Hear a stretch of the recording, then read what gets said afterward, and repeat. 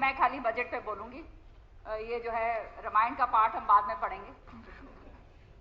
अध्यक्ष जी, ये जो है सीएम साहब ने जो बजट पेश करा, बड़ा समदर्शी, रोजगार परक, गरीब हितैषी, विकासमुखी इस बजट को बताया गया। और पैरा 4 और 9 में उनके भाषण के सतरंगी सपने जो दिखाए गए, वो धरातल के ऊपर जो है वो मेल नहीं खाते। दुर्भाग्य की बात यह है, अगर मेल खाते तो हम सबसे पहले होते वाहवाही करने वाले। अध्यक्ष जी, मैं लंबी चौड़ी बात नहीं करूंगी, मैं सीधा इसमें कूदना चाहती हूं। हाँ, इन आंकड़ों के, ये ऐसा आंकड़ों का माया जाल आपने बिछा दिया कि ये मक्कड़ जाल बना दिया है कि समझ ही नहीं आ रहा कि क्या है क्या नहीं है। अतीत की इसमें कोई समीक्षा नहीं है, पिछले क्या करा उसका कोई आपने समीक्षा नहीं करी। वर्तमान में क्या लेखा जोखा होने जा रहा है वो भी उसका कुछ लेखा जोखा नहीं है, और भविष्य के बारे में भी आपको योजना नई जो है वो नहीं बनाई गई। अध्यक्ष जी, पैरा 2-11 में दावा किया है सरकार के कुशल प्रबंधन से बिजली उत्पादन का। अब इसमें मैं यहाँ बताना चाहती हूँ अध्यक्ष जी कि वितरण कंपनियां मुनाफे में चल रही हैं, ये बात कही गई है। गत वर्ष 688 करोड़ रुपए का लाभ हुआ, लेकिन सच्चाई ये है कि विधान सत्र में प्रस्तुत 2019-20 की जो स्टेट फाइनेंशियल रिपोर्ट है, जो कैग ने जो दी है, उसमें पैरा 2, 4 और 3 में पुश 39 में ये खुलासा किया है कि 2017-18, 18-19, 19-20 में सरकार ने रुपीज 11,677.50 करोड़ का ऋण लिया हुआ, जो इन कंपनियों को भारत सरकार से मिला है, और ये गलत तरीके से इसको इक्विटी में बदल दिया है। अब अध्यक्ष जी, ऋण को आप इक्विटी में कैसे बदल सकते हैं? ये ऑडिट की रिपोर्ट लाई हूं मैं साथ, ये मैं पढ़ना चाहती हूं। ये ऑडिट की रिपोर्ट है पेज 39 पर। उसमें ये लिखा है स्पष्ट, इसने कैग ने, however the state government converted total loans taken over the equity as given in table 227। अब ये टेबल मैं नहीं पढ़ूंगी, पूरा का पूरा ये this is a matter of record. अध्यक्ष जी आगे कहते हैं कि it was observed that state government did not follow the provisions of MOU and the scheme notification during the period 2017-18 to 2018-20। Rupees 15,570 crore of loan was entirely converted as equity instead of grant। Grant देने की बजाय उसको equity के अंदर जो है पूरी की पूरी जो है इसको कन्वर्ट कर दिया जाता है। आप ये देखिए अध्यक्ष जी, हो क्या रहा है। इसके साथ साथ ये जो है बिल्कुल गलत है अध्यक्ष जी। It is contrary to the provisions of Punjab budget manual para so and so sub para says no appropriation should be made from funds allocated for a particular financial year after the expiry of that financial year। लेकिन इन्होंने वही काम करा है। Changing expenditure from grant in aid, इन्होंने जो बदला है ग्रांट इन एड को बदला है to equity effectively led to change in classification from revenue expenditure to capital expenditure। revenue expenditure से हटके capital expenditure के अंदर वो जो है बदल दिया। तो ये कन्वर्जन जो लोन का है each year for 3 years from 2017-18, 19-20 into equity was against the tripartite MOU of Uday scheme and resulted in overstatement of capital expenditure। तो अध्यक्ष जी, मैं ये कहना चाहती हूँ कि पूरी तरह से हमारे सदन को पूरी तरह से बुरी तरह से मिसलीड करा गया। मैं पूछना चाहूंगी मुख्यमंत्री जी जब अपना जवाब देंगे कि आपको ये जो अफसर हैं उन्होंने ये बात आपको बताई कि ये इक्विटी को जो है पूरा का पूरा जो ये है इसको इक्विटी के अंदर चेंज करा जा रहा है, और ये जो है रेवेन्यू जो एक्सपेंडिचर है वो कैपिटल एक्सपेंडिचर के अंदर दिखाया जा रहा है। इसका जवाब जरूर दें। साथ ही साथ अध्यक्ष जी, आंकड़ों की बाजीगारी का खेल जो है वो यही नहीं रुकता अध्यक्ष। बाजीगिरी वो मैं जो जल्दी बोली थी ना। बजट एट अ ग्लांस में पुष्ट 4 पर सरकार ने खुलासा किया है कि जीएसटी शॉर्टफॉल का एवज में भारत सरकार से मिला back to back loan state tax revenue में शामिल कर लिया है। अब ये देखिए अध्यक्ष जी, ये मैं बजट एट अ ग्लांस, इसमें सारा जो है पेज 4 पे सारा दिया हुआ है, revenue receipt, capital receipt, total receipt, revenue, ये जो भी है। एक छोटा सा फुटनोट लिखा है जो मतलब पढ़ भी ना सके आदमी और यूं सोचे कि चलो ये तो ऐसे ही होगा, फुटनोट है, इसको बहुत बारीकी से कोई पढ़ेगा तो पता चलेगा ये असलियत के अंदर है क्या। और क्या है फुटनोट में? Further, back to back loan in lieu of GST shortfall has been included in the tax revenue. अब अध्यक्ष जी आप मुझे ये बताओ कि लोन, जीएसटी का मतलब क्या था?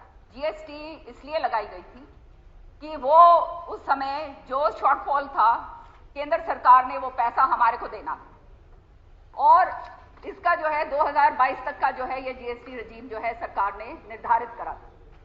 अब जो है जीएसटी जो हमारे केंद्र सरकार ने हमारे को देनी थी 5000 कुछ करोड़ ऐसे था, वो तो हमने लिया नहीं, लेकिन उसको हमने लोन के अंदर कन्वर्ट करके ले लिया। मतलब अब ये जीएसटी हमारे को मिलेगा नहीं मिलेगा इसका क्या लेखा जोखा है हमारे को कुछ पता ही नहीं है। इस बजट के जरिए जो है कुछ वो दर्शाता ही नहीं है, पता ही नहीं चलता है और ये पूरी तरह से भ्रम की स्थिति जो है वो इसमें पैदा हो गई। ये बैक टू बैक लोन जो आपने लिया है ये तो इसका मतलब लायबिलिटीज के अंदर आ गया हमारी और आने वाली जनरेशन इसको भुगतेंगी। लायबिलिटी का मतलब तो आप जानते ही अध्यक्ष जी, आज तो हमने ले लिया बैक टू बैक लोन। एक तो अगर कॉम्पनसेशन के रूप में हम लेते तो बात और थी, वो तो फिर हमारे रेवेन्यू उसके अंदर आता, टैक्स एक्सपेंडिचर और उसके अंदर आता, लेकिन हमने लोन की तरह जो उसको ले लिया है तो इसका मतलब ये तो है कि हमारे ऊपर तो और भी जबरदस्त जो है लायबिलिटी वो बढ़ गई। तो ये अध्यक्ष ये भी मैं माननीय मुख्यमंत्री जी से पूछना चाहूंगी कि ये जब आपने लोन लिया, सदन को इसको इतना बड़ा काम हुआ है, सदन को जो है उसमें लेना चाहिए था विश्वास में कि ये लोन क्यों लिया जा रहा है, जीएसटी कॉम्पनसेशन की एवज में लोन क्यों लिया जा रहा है, ये हम जानना चाहते हैं। अध्यक्ष जी आगे 2017-20 तक 28,093.25 करोड़ रुपए का कम अदायगी हरियाणा को करी गई। फिर अगस्त 2020 में डिप्टी सीएम साहब का बयान आया, उनमें उन्होंने दावा किया कि केंद्र सरकार की तरफ से हरियाणा को जीएसटी कॉम्पनसेशन 5,840 करोड़ रुपए राशि दी जाएगी। अब मैं ये टाइम्स ऑफ इंडिया ने भी यही बात कही। अब मैंने जैसे आपको कहा कि ये मैं पूछना चाहती हूं कि हरियाणा का हिसाब किताब जीएसटी के साथ खत्म हो गया है क्या? हमें कुछ मिलेगा नहीं मिलेगा, या ये लोन लेकर जो है अब सब कुछ पार हो गया और वो हमारे ऊपर ये सारा कुछ उन्होंने थोप दिया। हरियाणा ये जो है इसकी जरूर जो हमारे को बताएं, क्योंकि 2022 के अंदर जीएसटी की ये जो रिजीम है ये खत्म होने जा रही है और वो उसके खत्म होने के बाद ये कॉम्पनसेशन का तो कोई लेखा जोखा कोई बात होने वाली नहीं। अध्यक्ष जी,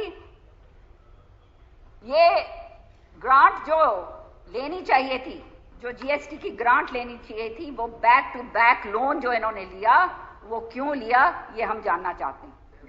साथ ही कैग ने पुश 20 के ऊपर उस बात का खुलासा किया है कि 2015-16 में और 19-20 तक सेंट्रल टैक्स ट्रांसफर्स जो हैं हरियाणा में उनकी जो हिस्सेदारी है वो घट गई है, 11.56% से 10.48% पर आ गई है अध्यक्ष। अब आप ये देखिए, जो हमारे को केंद्र सरकार से मिलता है वो सारा का सारा जो है वो भी घटता जा रहा है। अब यहाँ डबल इंजन की सरकार है, केंद्र में भी बीजेपी की सरकार, यहाँ भी बीजेपी की सरकार, डबल इंजन है जी, वहां भी और यहाँ भी। ये तो फिर पावरफुल इंजन होना चाहिए था, लेकिन हम तो एक छोटा सा डब्बा बन के बीच में शटल कॉक की तरह जो है जा रहे हैं। हमारी तो शटलिंग हो रही है, कभी इधर कभी उधर, पता ही नहीं चल रहा क्या हो रहा है। अध्यक्ष जी, बीबीएमपी जो है ये जो है बनाया गया था इसके अंदर कि हमारा जो है हरियाणा और पंजाब का जो है इसके अंदर बराबरी का हिस्सा हो, और वो किसी लक्ष्य के साथ बनाया गया था, क्योंकि रवि व्यास वाटर्स जो हैं, बजट आपसे मैं बजट, उसने सारी बात करी बजट की, मैं तो बजट में कह रही हूँ। आप सुनिए तो, आप सुनिए, अच्छा होता अगर हमारा हक, हाँ, इतना खर्चा जाता है वहाँ, हाँ, सारा वो मैं कह रही हूँ। हरियाणा पंजाब सहन कर रहे हैं और जो पार्टनर स्टेट्स हैं, तो बजट में नहीं आएगा ये। हरियाणा के हितों के ऊपर कठोरघात नहीं है क्या ये? आप ये बताइए, ये तो हमारे हकों के ऊपर कठोरघात है सीएम साहब। अच्छा होता आप कहते हैं कि हम जो है इसको नहीं होने देंगे और हम विपक्ष के नाते आपके साथ चलते केंद्र के अंदर की ये बीबीएमपी का जो है हमारा हिस्सा हमारे को देना है। आप ये जो है इसलिए नहीं कर सकते कि पता नहीं किसको वहां पे लाके आपने बिठाना है, निर्धारित ऐसे कर दिए हैं, इस तरह के मापदंड बना दिए हैं जो ना हरियाणा वाले पूरे कर सकते ना पंजाब वाले कर सकते। साथ ही साथ SYL नहर, का जो है हमेशा आपने जिक्र करा है। 100 करोड़ रुपए भी उसके अंदर डाले थे, इस बारी तो वो 100 करोड़ रुपए भी जब्त हो गए, पता नहीं कहां गए। ये उत्तर साथ साथ दे दूं या बाद में ही दूं? नहीं, मैं इतनी बात कहना चाहता हूं, ठीक से अध्ययन करके आओ। ये इरिगेशन में अभी भी आप पेज नंबर 145 देख लो, 100 करोड़ रुपया एसवाईएल का अभी भी लगा हुआ है, क्योंकि लगातार मैं सुन रहा हूं और सब लोग बोल रहे हैं। इसको पढ़ करके तब उत्तर देना चाहिए। मेरे भाषण में हो ना हो, लेकिन बजट के 145 नंबर पेज पर पढ़ के आओ इसको। पहले तो मैंने तो पहला सेंटेंस बोला था, आप पहले ही खड़े हो गए, क्योंकि आपको मालूम है इसके अंदर तो एसवाईएल नहर के लिए बड़े मंत्रियों ने जो है उपवास करे। जब है इसको जब ना भटकाना पड़ता है मुद्दे को, तब एसवाईएल नहर आ जाती है। अदरवाइज एसवाईएल नहर जो है वो हमारे दक्षिण हरियाणा की जीवन रेखा है। वो बताया ना, उसमें प्रावधान रखा है, मैं उसी की तो बात कर रही हूँ। और एक क्या बात आगे अरे मेरी बात तो सुन लो अध्यक्ष। हाँ सुन रहे हैं। वो जो प्रावधान रखा है इन्होंने, वो 100 करोड़ का इन्होंने क्या करा, ये अब मैं पहले बात करूंगी तभी तो आऊंगी उसके ऊपर। आप तो एकदम उसको you are jumping the cart, ऐसे तो नहीं होता ना अध्यक्ष जी, मेरे को बात तो पूरा करने दो अपना। मैं बहुत सटीक और टू द पॉइंट बात करती हूँ, and don't do any this thing इधर उधर की बातें। तो अध्यक्ष ये मैं पूछना चाहती हूँ कि वो 100 करोड़ जो बार बार लिए रखते आ रहे हैं, उसके ऊपर उपवास भी कर रहे हैं और उसको कह रहे हैं कि हम ये लेकर आएंगे। उपवास पहली बात तो ये किसके खिलाफ करा? सरकार आपकी, मैंने जैसे कहा डबल इंजन है, आपकी भी वहां सरकार है, यहाँ भी है। सुप्रीम कोर्ट ने भी हमारे को ऑर्डर दे दिया है। फिर प्रॉब्लम क्या है? वो 100 करोड़ जो आप रखते आ रहे हो अलग से, वो 100 करोड़ का करा क्या, हमारे को ये बताएं। साथ ही साथ अध्यक्ष जी, हमारा जो है पैरा 17 से 23 और 14-16 में मुख्यमंत्री जी ने कुशल वित्तीय प्रबंधन के लिए अपनी पीठ बहुत जबरदस्त तरीके से थपथपाई। उनके अनुसार ग्रॉस फिस्कल डेफिसिट और रेवेन्यू डेफिसिट जो है तथा कर्जा जो है वो निर्धारित सीमा के अंदर है। अब अध्यक्ष जी लंबा चौड़ा तो मैं कहूंगी नहीं तो आप कहोगे, लेकिन एक बात मैं जरूर कहूंगी कि इन्होंने, चाहे आप बजट एट अ ग्लांस जो आप देख लो, जो इनकी पूरा का पूरा पता चलता है 2015 में 1,01,0709 करोड़ से स्टेट डेट लायबिलिटी 2,43,779 वर्ष में बजट अनुमान में 2022-23 के अंदर हो गई। उसके अंदर पेज 4 के अंदर बजट में वास्तविक घाटा आज के दिन वो है 18,033.50 करोड़। ये जो है वास्तविक घाटा इन्होंने दिखा दिया है। ग्रॉस फिस्कल डेफिसिट जो है वो 25,134.7 करोड़ रुपए हो गया है, जो जीएसडीपी का 2.93% है अध्यक्ष जी। ये तो बहुत चिंताजनक बात है, इतना जबरदस्त तरीके से ये हो रहा है ये, और ये अपनी पीठ थपथपा रहे हैं कि फिस्कल मैनेजमेंट बहुत बढ़िया कर दिया है, बहुत जबरदस्त फिस्कल मैनेजमेंट कर दिया है। ग्रॉस फिस्कल डेफिसिट जो है वो 29,618.32 करोड़ हो गया है, जो जीएसडीपी का 2.98%। अब प्राइमरी डेफिसिट भी इसी तरह से जो है, प्राइमरी डेफिसिट 8,019.40 करोड़। और ये जो है इसका मतलब ये कि ये लोन्स जो हैं, लोन जो हैं सर्विस करने के लिए लोन ले रहे हैं, कर्जा लिए जाओ, कर्जे के साथ दूसरा कर्जा पार करो।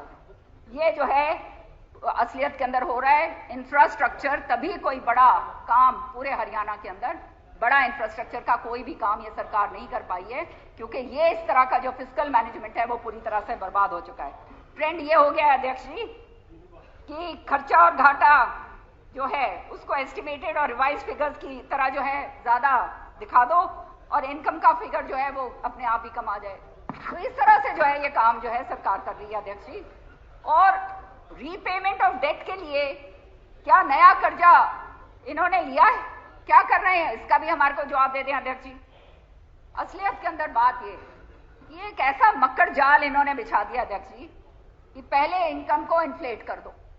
देखो किस तरह से इन्होंने ये तोड़ मरोड़ के जो आंकड़े पेश करे हैं, इनकम को इन्फ्लेट करो, 15 मिनट हो गए, और फिर उसके बाद खर्चे को सिकोड़ दो। खर्चा सिकुड़ गया तो अपने आप घाटा जो है वो कम नजर आएगा।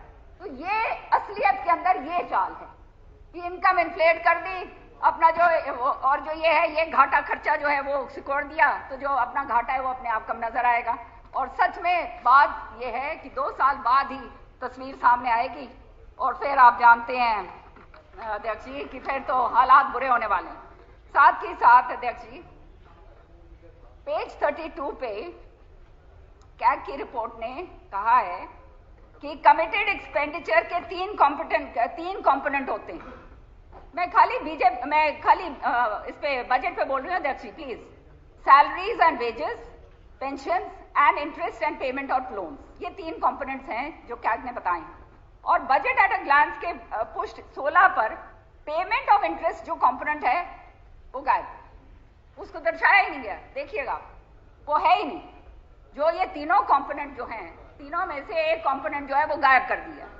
साथ के साथ 40,000 रुपया जो मार्केट से लोन लिया है, 40,000 करोड़ रुपया जो मार्केट से लोन लिया है अध्यक्ष जी, इसको सर्विस करने के लिए 6.8% से लेकर 9.89% तक की दरें देनी पड़ेंगी। कहां से आएगा ये पैसा, ये भी मैं पूछना चाहती हूँ अध्यक्ष जी। ये जो है सच्ची बात तो ये है कि अगली जनरेशन जो है वो ही भुगतेगी, क्योंकि यहाँ तो ये सरकार का हाल ये हो गया है कि अपने चले जाओ करे जाओ, कोई फर्क नहीं पड़ता, आगे देखी जाएगी, वो काम हो जाएगा। साथ ही साथ अध्यक्ष जी, हमारे जो है यहाँ पे सरस्वती नदी हो या स्वर्ण जयंती समारोह हो, ग्लोबल इवेंट की बात हो, हरियाणा में ये सारी जो इन्होंने करे हैं, ये कॉस्ट बेनिफिट इनका क्या हुआ है, क्या इसका बेनिफिट मिला है, ये आई वांट टू नो। उसका कोई बेनिफिट जो है नहीं मिला है, उसका श्वेत पत्र जारी करा जाए ताकि हरियाणा को मालूम चले कि इतने बड़े ये जो इवेंट मैनेजमेंट करी है, इनका इसके अंदर इतना पैसा जो दिया है उसका नतीजा क्या निकला है। साथ ही साथ अध्यक्ष जी, बहुत जोर शोर से ये कहा गया, अभी हमारे माननीय विधायक जी भी ये कह रहे थे कि हमारे समाज में जो है सबको समानता दी, समदर्शी विकास और समानता की बात करिए, लेकिन सच्चाई ये है अध्यक्ष जी, जो गैप है पॉवर्टी और अमीरी में, ये इतना बढ़ गया है कि इतनी इनइक्वालिटी हो गई है। ऑक्सफैम रिपोर्ट जो है इनइक्वालिटी में, वो हमें बताती है कि कोविड महामारी के दौरान 4.6 करोड़ लोग जो है गरीबी रोके। कैसे अध्यक्ष जी, मैं तो बात कर रही हूँ अभी। आपके मेंबर्स फिर ऐतराज करते हैं सारे के सारे। आप नहीं, आपको 18 मिनट हो गए, 18 मिनट आपके हो गए अध्यक्ष जी। उसने ही स्पोक मोर देन, या तो फिर आप कह दो कि और मेंबर नहीं बोलेंगे, आप बोल दो। मेरे को बोलने दीजिए, आप ऐसे नहीं होता अध्यक्ष जी। ये सारा का सारा जो है गरीबी रेखा जो है, जो इनइक्वालिटी इतनी जबरदस्त हो गई। कोई भी मेंबर ये नहीं बोला भी और बोलने दे आपको। नहीं, आप बोलने नहीं। धन्यवाद। नहीं, और बाकी मेंबर्स का मैं सारा समय नहीं दे सकता आपको, बाकी मेंबर्स का। धन्यवाद। हाँ, बाइंड अप कर दो नेता प्रतिपक्ष का। ये अध्यक्ष, वो आपके कोई भी मेंबर तो नहीं कह रहे, मैं क्या करूं, टाइम कहां से दूं मैं। Speak on agriculture and all these things, तो वहां वो ये इस तरह से नहीं अध्यक्ष जी। अध्यक्ष जी, तो मैं बैठ जाती हूँ जी। नहीं, मैं बैठ जाती हूँ फिर। ठीक है दादा। That is the case, I am the one who is opening the debate. If you don't want me to speak, I will sit down. धन्यवाद जी। श्री रणधीर गोलन जी। मैं बैठ जाती हूँ।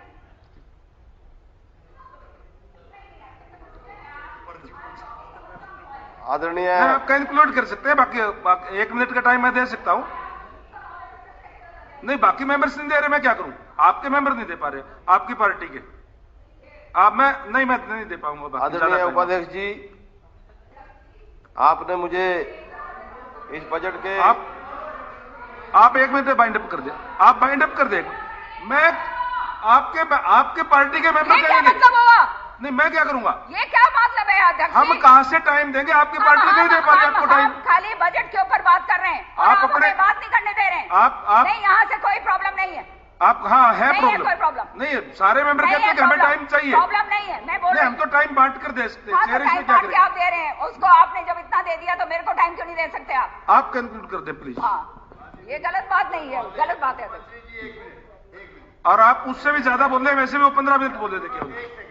अनेक जगह सेशन बहुत दिन चलता है, इनको बोलने दो जितना समय, और 2-4 दिन का बढ़ा देना। ठीक है बेटा। जब मेंबर यहाँ बैठो। नहीं तो आप इनको बोलो ना, वो कह रहे हैं कि आपकी तरफ वो कर रहे हैं। हाँ, ये बोल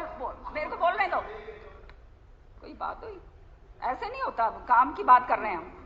अध्यक्ष जी, ये इरिगेशन और एलाइड सेक्टर जो है, इसके ऊपर बहुत जबरदस्त जो है इन्होंने कहा कि भाई हमने बहुत ज्यादा बढ़ोतरी कर दी है। 10.58% से ले जो 330 था वो 580 कर दिया। 6% जो है उसका इन्फ्लेशन जो है उसको देखते हुए आज जो है एग्रीकल्चर सेक्टर के लिए ये काफी नहीं है। मैं ये कहना चाहती हूँ कि आज जो है फ्रूट ग्रेन्स हैं, चाहे फर्टिलाइजर्स हैं, या ये डीएपी है या मनरेगा है, इसका जो है सब्सिडी सारी की सारी खत्म हो गई है। केंद्र सरकार जो है पैसा दे नहीं रही है पूरा, और यहाँ पे कहते हैं कि 2022 तक किसान की इनकम जो है हम डबल करेंगे। किस तरह से आप डबल करेंगे, मैं जानना चाहती हूँ कि ये बार बार ये कैसे कहा जाता है। ये जो है C2 फॉर्मूला जो है वो नॉन एग्जिस्टेंट है, उसके बारे में कोई बात ही नहीं होती, चर्चा नहीं होती। जो कहा गया था कि एमएसपी पे 23 जो फसलें खरीदी जाएंगी उनको खरीदा नहीं गया है। तो अध्यक्ष जी, ये सारी की सारी बातें जब नजर में आती हैं, और खास तौर से एक बात मैं कहना चाहूंगी, मैं माननीय मंत्री जी का भाषण सुन रही थी ऑर्गेनिक फार्मिंग पर। कहते हैं ऑर्गेनिक फार्मिंग इसलिए करी जा रही है कि हम जो है पुरानी फार्मिंग से दूर लेके जा रहे हैं। अब ये ऑर्गेनिक फार्मिंग जो आप दे रहे हो, इसका हैंड होल्डिंग के लिए किसान को क्या फायदा होएगा, कितने दिन में वो क्या कहते हैं उसको वो फायदा मिलेगा, किस तरह से मिलेगा, उसका कोई रूपरेखा नहीं बता रखी। बस खाली ऑर्गेनिक फार्मिंग। भवंतर योजना जो है 600 रुपए आपने दे दिए, लेकिन उसका जितना किसान को नुकसान हुआ वो हम सब जानते हैं। मेरे अपने इलाके के अंदर जो है इतने सारे लोग हैं जिनका अभी तक मुआवजा राशि नहीं मिली है। ये जो कंपनियां हैं ये कहते हैं अध्यक्ष जी, नहीं मैं मेरा नाम लेके विषय उठा है अध्यक्ष जी। सबसे पहले तो मैं बताता हूँ कि हमने आप बीच में नहीं बोल सकते। मेरा नाम लिया है, ये बीच में मेरा कैसे नाम बोल लिया रहे हैं? नाम ले लिया, बाद में जवाब दे दीजिए। मेरा नाम लिया है। मैं ये कहना चाहती हूँ दक्षिण हरियाणा का किसान भावांतर भरपाई से बिल्कुल खुश है। ये कहा है काला बाजारी वाले परेशान हैं। 600 रुपए बाजरे के बिने है, आज 2000 रुपए बाजरे का भाव, उसको 3600 रुपए का रेट चल रहा है। हर एक किसान खुश है, और प्राकृतिक कृषि की तरफ हमारा ध्यान है, और इससे किसान को फायदा होगा। इन्होंने ये कहा है अध्यक्ष जी कि हमारी जो ये इंश्योरेंस कंपनियां हैं वो कोई मुनाफा नहीं कमा। ठीक है जी, धन्यवाद। ये मंत्री जी कहते हैं कि इंश्योरेंस कंपनियां जो हैं जो प्रीमियम ले रही हैं और किसान को जो है पूरा प्रीमियम दे रहे हैं, वो कोई मुनाफा नहीं कमा रही है। इनकी बात है, ये इनके बोल है। अध्यक्ष महोदय, हरियाणा के अंदर जब से फसल बीमा योजना आई है, जितना प्रीमियम कंपनीज को दिया है उससे ज्यादा किसान को बांटा गया है। हरियाणा के किसान को फायदा बहुत ज्यादा हुआ है। इस बार 1000 करोड़ रुपया किसान को मिला है। 561 करोड़ रुपए खराबे का दिया सरकार का। हरियाणा का, आप मेरे नाम लेके बात कर रहे हैं। हरियाणा को इंश्योरेंस से किसान को बहुत फायदा हुआ है। और धन्यवाद जी। और मैं बताता हूँ, हरियाणा अकेला ऐसा प्रदेश है जिसमें कंपनियां कमा के नहीं दे रही, किसान को फायदा हुआ है। अध्यक्ष जी, लाइव स्टॉक की बात करते हैं। जी, आप बाइंड अप करो, आप बाइंड अप करो। नेता प्रतिपक्ष ने भी यही कहा था कि आजकल बाइंड अप करें आप। बाकी मेंबर्स का टाइम में सारा नहीं दे पाऊंगा आपको। बात कहते हैं आपको उसका जो है सरकार 24 मिनट हो गए बोलते हुए, और सरकार 100 रुपए देती है, और वो केवल 15 मिनट बोले। 3000 रुपए। धन्यवाद जी, 3000 रुपए जो है प्राइवेट कंपनी को क्यों दिलवा रहे हो जब 100 रुपए सरकार। रणधीर गोलन जी, ये मैं कह रहा अध्यक्ष, आप बोलिए। हो गया जी, आप बाकी आप लिख के दे सकते हैं जी। नहीं 25 मिनट हो गया, अब मैं इसी ज्यादा नहीं। आदरणीय उपाध्यक्ष महोदय जी, आपने मुझे बोलने का समय दिया, इसके लिए मैं आपका धन्यवाद करता हूं। 15 मिनट उनको दे था, आपको 25 मिनट हो गए जी। अध्यक्ष, माननीय मुख्यमंत्री जी ने वित्त मंत्री के तौर पर जो इस सदन में बजट पेश किया, हो गया बाइंड अप पर बहस चल रही है। अब उसको उनका नाम बोल दिया। विषय